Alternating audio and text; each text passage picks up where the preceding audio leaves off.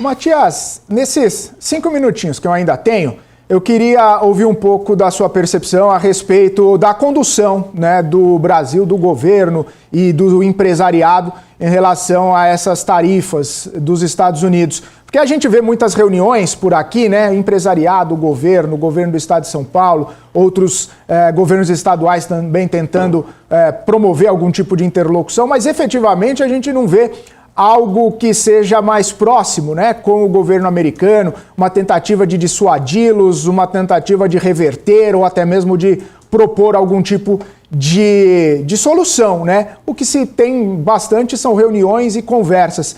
Na sua percepção, falta uma interlocução um pouco mais próxima do Brasil com os Estados Unidos para a gente tentar efetivamente resolver essa questão e ir para o campo mais prático, né? Ir para o campo mais do pragmatismo, ao invés de ficar nas elucubrações e também nas questões ali que até a gente brinca, né? Tem muita reunião e pouca movimentação, né?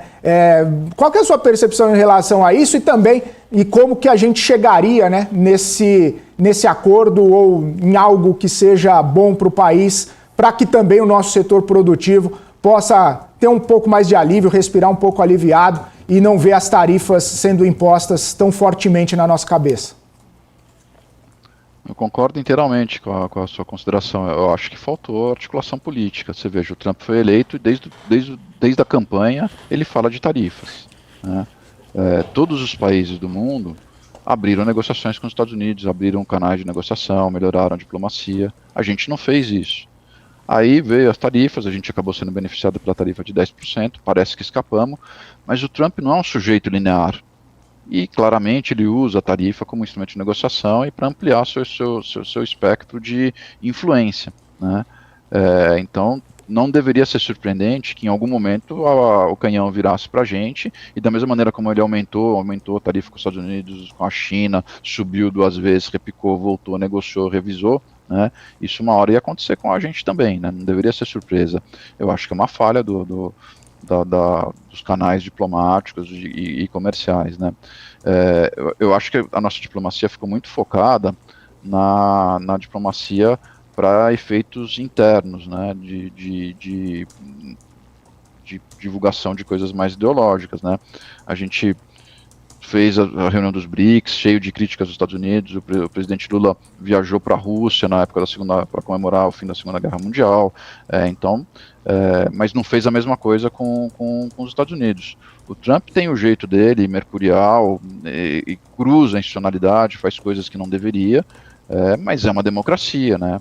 E se a gente se lida bem com ditaduras como a ditadura na Rússia ou na China, ou tem relações amigáveis com a Venezuela, não há razão para não fazer a mesma coisa com o Trump, até porque é um mercado extremamente importante para muitas indústrias brasileiras. Os interesses brasileiros deveriam estar acima dos interesses ideológicos. Você pega, por exemplo, a Índia, que está nos BRICS, mas não ficou falando contra os Estados Unidos. O Modi está negociando um acordo super privilegiado da Índia com os Estados Unidos. Por que a gente não está fazendo a mesma coisa? Porque teve um deputado que é filho de não sei quem. Gente, não faz sentido. Como é que uma pessoa sozinha pode ter mais influência que a diplomacia de um país inteiro? Então, acho que a gente não atuou onde deveria atuar. Né? A gente está usando isso mais como uma campanha, mais como um tema eleitoral, de polarização, do que como alguma coisa de defesa dos interesses nacionais. O que tem que ser feito é muito simples, é o que todo mundo está fazendo, é só copiar, né? A Europa, Índia, todo mundo está fazendo igual.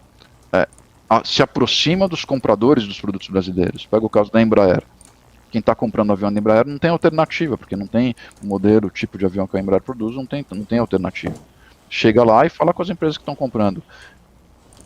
Acessa os seus deputados, acessa os seus senadores, fala com o presidente Trump que isso atinge aos interesses americanos. E renegocia, isenta a tarifa, a Embraer não vai ter tarifa.